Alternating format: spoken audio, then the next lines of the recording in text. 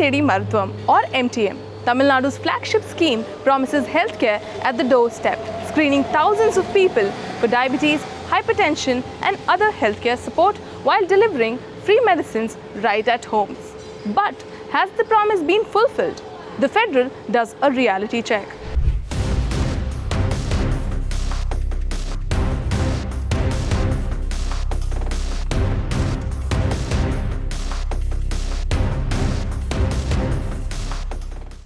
Patients say the door-to-door promise is a door left ajar.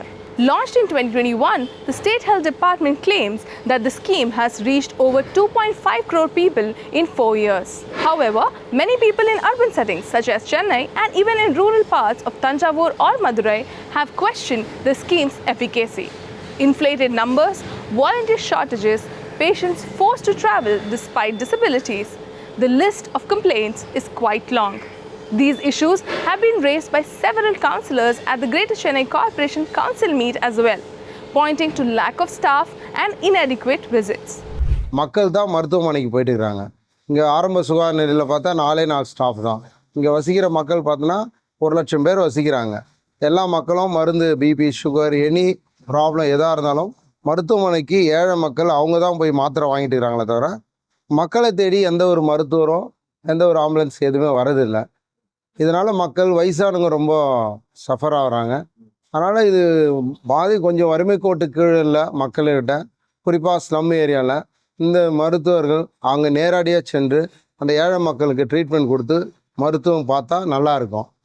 இங்கே உண்மை நிலவரம் என்னென்னா, ஆரம்பத்தில் ஒரு நாள் மட்டும் ஒரு ஃபோட்டோ ஷூட்காக ஆரம்பித்தாங்க. ஆனால் இது மக்களை தேடி மருத்துவம் போகிறதில்ல. நீங்கள் விசாரணை பண்ணிங்க, இதுதான் உண்மை. மக்கள் தான் மருத்துவமனைக்கு போகிறாங்க, அங்கே கையெழுத்து போடுறாங்க. அந்த கையெழுத்தை இவங்க 1.5 கோடி பேர் 2 கோடி பேர்னு கணக்கு காட்டி இது போலியான கணக்கு. இது நீ எந்த தெருவுலனா போங்க, குறிப்பாக ஸ்லம் ஏரியாவுக்கு போங்க, நேரடியாக மக்களை கூடுங்க. வராங்களா மாதம் மருந்தெல்லாம் எங்கே நீங்கள் அவங்க கொடுக்குறாங்களா, நீங்கள் போய் மருத்துவமனைக்கு வாங்குறாங்களா, நீங்களே விசாரணை பண்ணுங்கள். Even a 2024 study by Directorate of Public Health and Preventive Medicine titled Challenges in Implementing Community-Based Interventions for Non-Communicable Diseases Experiences from Tamil Nadu's Makkalai Tedi Marutvam program 2021-2022 said that multiple data entries in the MTM portal, Population Health Registry and National Portal made by women's health volunteers using multiple sources such as Excel sheets, spreadsheets and others were ending up in duplication of entries and not helpful for appropriate follow-up. While the scheme is expected to alleviate the burden on tertiary care hospitals by ensuring door-to-door screening and provision of medicines, even the elderly listed as beneficiaries wait in vain for home visits. The people are forced to visit the tertiary care government hospital due to staff shortage as well. எனக்கு 2017 sugar BP இருக்குது. எனக்கு வீடு தேடி மாத்திரை கொண்டு கொடுக்கறதுல எனக்கு 65 வயசு ஆகுது. இப்போ கொஞ்ச நாள் எனக்கு இந்த 2 கால்லையும் சொரணம் இல்லாமல் மதப்பா இருக்குது. ஆனால் இன்னைக்கு வெள்ளிக்கிழமை வர சொன்னாங்க, என்னால் போக முடியல, போகல. அது மாதிரி எங்களுக்கு ஆளுங்க கிடைக்கலமா, உங்களுக்கு கொடுத்து அனுப்புறதுக்கு ஆளுன்னு எங்களுக்கு போடலை. ஆள் போட்டாங்கன்னா உங்களுக்கு நாங்கள் வீடு தேடி கொண்டு கொடுக்குறோம். எங்களுக்கு அந்த ஸ்கீம் இந்த ஹாஸ்பிட்டலுக்கு வரல, அப்படி வந்தால் நாங்கள் உங்களுக்கு கொண்டு கொடுக்குறோம் அப்படி சொன்னாங்க. Her story mirrors hundreds. Names padded into stats during facility checkups, flouting the scheme's core vow of proactive outreach. அம்மா வயசானவங்க 70 வயசு ஆகுது. அவங்க சுகர் மாத்திரை வாங்குறதுக்கு இப்போ கொரட்டூர் ஆரம்ப சுகாதார நிலையத்துக்கு தான் வராங்க. மக்களை தேடி மருத்துவ முகாமில் ஆரம்பத்தில் வந்தாங்க. கொரட்டூர் ஆரம்ப சுகாதார நிலையத்தில் அவங்களே தான் போய் வாங்குறாங்க. கால் கொஞ்சம் ப்ராப்ளம், தாங்கி நடப்பாங்க. Residents also say that despite their request, they are asked to visit the healthcare facility, and it is not an initiative from the health workers. However, women health volunteers earning a meager ₹5,000 monthly were told that they will have to work only for 2-3 hours daily. But they are now asked to screen 25 to 30 homes on a daily basis. 20 வீடுன்றது நாங்கள் அவங்களுக்கு screening பார்க்கணும், sugar டெஸ்ட்டும் பார்க்கணும், BP பார்க்கணும். ஏன்னா அதுக்கே நம்மளுக்கு ஒரு பேஷண்ட்டுக்கு எடுத்துட்டாங்க எப்படியாவது 10 நிமிஷம் ஆகிடும். 2 டெஸ்ட் எடுத்து நம்ம அப்போ நோட்டில் எழுதணும். நம்ம என் செல்லில் எழுதி போடணும், அதுவே லேட் ஆகிடும். ஆனால் ஃபர்ஸ்ட் 25 வீடு இப்போ 15 வீடுன்னு சொல்லியிருக்காங்க. 15 வீடு பார்க்குறோம். நம்ம ஸ்டார்டிங்கில் 20 பேருக்கு பாக்ஸ் கொடுக்கணும் நாங்கள். ஆனால் நாங்கள் முடிஞ்ச வரைக்கும் கொடுத்தோம், அதுவும் முடியல எங்களால். அதுக்கப்புறம் இதான் ஒரு ஒரு நாளைக்கு எங்களால 6, 7, 8 கொடுக்க முடியும். ஏன்னா அந்த டேட்ல இருந்து பார்த்தா 10 பேஷண்ட்டுக்கு கொடுக்கலாம். ஏன்னா ஒர்க் லோட் இல்லைன்னா நம்மளுக்கு, ஏன்னா டிஸ்டன்ஸ் தூரம் ஆயிடுது நம்மளுக்கு. ஏன்னா ஒரே ஏரியால இருக்கிறவங்க பாத்தீங்கன்னா இவங்க 1ஆம் தேதி இருப்பாங்க மாத்திரை, இன்னொருத்தவங்க வந்து 10ஆம் தேதி இருப்பாங்க, இன்னொருத்தவங்க 15ஆம் தேதி இருப்பாங்க. அப்போ அந்த அட்ரஸ் நம்ம எடுத்துட்டு கொடுக்க முடியாது அந்த டைமுக்கு. ஃபர்ஸ்ட் கிளாஸ் பேஷண்ட் நைட்டு 9 மணிக்கு கூட பண்ணுவாங்க, 10 மணிக்கு பண்ணுவாங்க, இந்த மதியம் 3 மணிக்கு பண்ணுவாங்க, 1 மணிக்கு பண்ணுவாங்க. எல்லா டைம் எல்லாமே பண்ணின்னு இருப்பாங்க. சரி நம்ம இப்ப வேலைக்கு வந்த பிறமேன்ட்டு நம்ம அந்த நேரத்துல டக்குன்னு எடுத்து கால் பண்ணுவோம். The workers not only find this as an issue, but even review that the testing and medicine kits are not of standard quality and even showed wrong health parameters, making their work even more challenging and chaotic. The nurses are also burdened with documentation work on the MTM portal. ஒரு பேஷண்ட்டுக்கே 2 தடவை 3 தடவை நாங்க போத மாதிரி இருக்கு. ஏன்னா sometimes மாத்திரை இல்லாதனால நாங்க அதுக்கு ஒரு டேட் வச்சிருந்து திருப்பி அங்கத்து ஒரு வாட்டி ஆக போறதா இருக்கு. ஏதாவது ப்ராப்ளம் இருந்துட்டே இருக்கு, கொஞ்சம் லோ பட்ஜெட்ல கொடுக்கறதுனால பேஷண்ட்டுக்கு நாங்க பார்க்கணும். ஒரு டைம் ஒண்ணு பார்த்து திரும்பி இன்னொரு டைம் எடுக்கும்போது ஹையா காமிக்குது, இல்லை லோவா காமிக்குது. இது ப்ராப்ளம் அவங்களுக்கு பேஷண்ட்டுக்கு இருக்குதா இல்லை இதுல ப்ராப்ளம் இருக்கான்னு எங்களால கண்டுபிடிக்க முடியும். நல்ல கிட்டா கொடுக்கணும் எங்களுக்கு. அதுக்கப்புறமா நாங்களும் பேஷண்ட்டுக்கு எவ்வளவு வந்து கேர் எடுக்க முடியுமோ எடுத்து நாங்களும் பண்ணிட்டு இருக்கோம். எங்களுக்கு சேலரி அதிகமா இருக்கு. ஏன்னா அட்லீஸ்ட் எங்களுக்குன்னு ஒரு 4 நாள் லீவ் வேணும். ஏதாவது எங்களுக்கும் ஸ்கூல் பிள்ளைங்க இருக்காங்க, ஸ்கூல்ல வர சொல்லுவாங்க, எல்லாம் எமர்ஜென்சியா அதோட டெத் ஆயிடுச்சு, அப்போ அதெல்லாம் எங்களுக்கு லீவ் எடுத்து அதை சேலரி வேஸ்டா போகல. ஃபர்ஸ்ட் இருந்த ஸ்டாஃப் அவங்க நின்றுட்டாங்க. இப்ப நாங்க அவங்க போகும்போது வீடு தேடி நாங்க கண்டுபிடிச்சு நாங்க போகணும். ஏன்னா எங்களுக்கு எல்லாமே என்னென்ன குடிக்கணும் என்னென்ன பண்ணணும்னு சொல்லி கொடுத்த பிறகுதான் எங்களுக்கு நாங்க அதுக்கப்புறம் அவங்கள போகணும். அது கொஞ்சம் டிலே ஆகுது. பேஷண்ட்டை கொஞ்சம் வெயிட் பண்ண மாட்டேங்கிறாங்க ஹாஸ்பிட்டல். ஏன்னா நாங்க கொண்டு போய் கொடுத்து அவங்களுக்கு பழகிட்டதுனால அவங்க வந்து திரும்பி ஹாஸ்பிட்டல் போனா கஷ்டப்படுறாங்க. ரொம்ப முடியாத பேஷண்ட்னா அவங்க சுத்த வரவே மாட்டாங்க. நாங்களே தான் போய் எல்லா டெஸ்ட் எல்லாம் பண்ணி தான் அவங்களுக்கு கொடுக்குறோம். போன்ல எங்களுக்கு நிறைய ஆப் கொடுத்து அதை போடுங்கன்னு சொல்றாங்க பாருங்க. அது ரொம்ப மைண்டுக்கு ரொம்ப பிரச்சனை இருக்கு எங்களுக்கு. அது வந்து ஒரு நாளைக்கு 100ஆவது நாங்க போடணும் அப்படின்னு சொல்றாங்க. ஏன்னா பேஷண்டா பார்க்கணும், நாங்க போயிட்டு என்ட்ரியும் போடணும். அப்போ வீட்லயே எங்களுக்கு எவ்வளவு வேலை இருக்கு. அதனால அந்த கொஞ்சம் குறைச்சிக்கலாம், பேஷண்டாவது கொஞ்சம் குறைக்கணும்.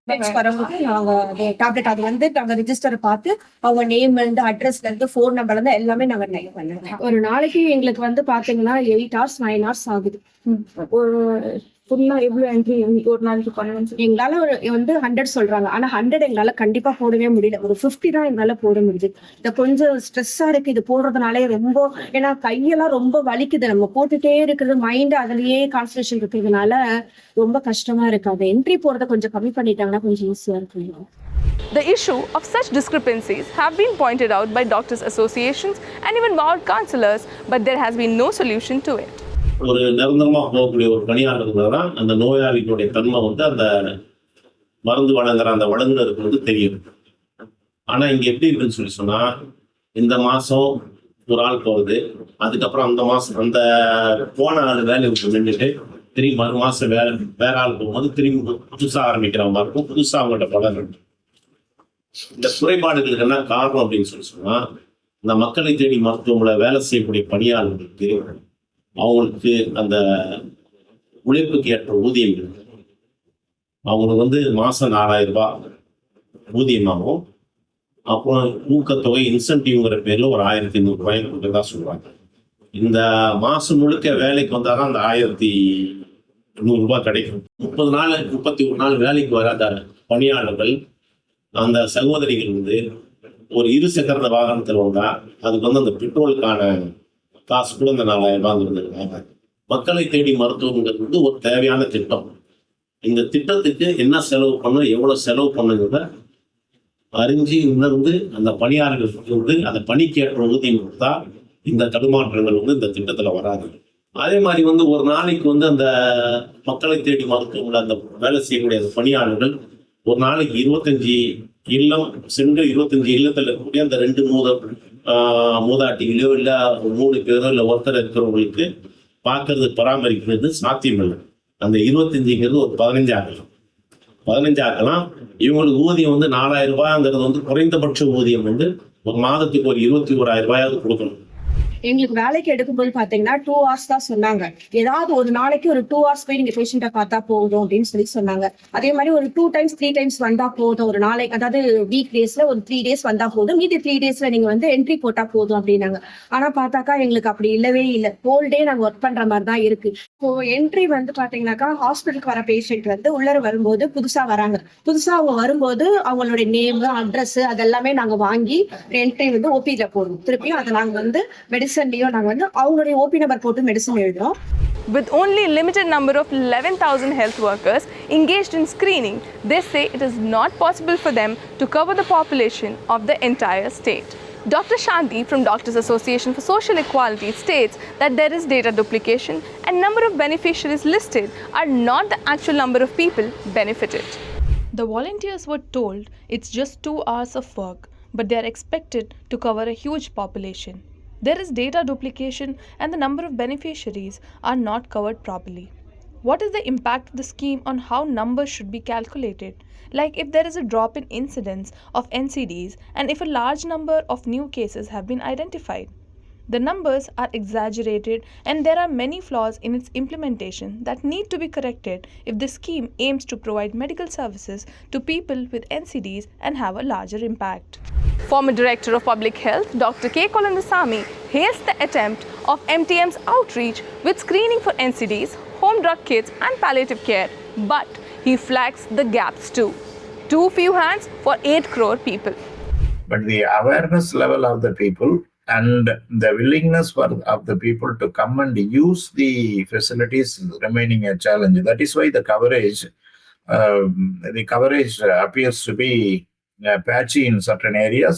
So we have to, unless the people come forward to utilize the services in medical colleges and major district headquarters hospital, mass health checkup programs also available. So people's cooperation in utilizing the services fully only is the solution. So the focus, the concentration must be more on the health education, awareness creation among the people is very, very important. Meanwhile, State Health Department officials say that they are working to address the gaps by ensuring that the collected data is on a signal portal and outreach is being improved gradually.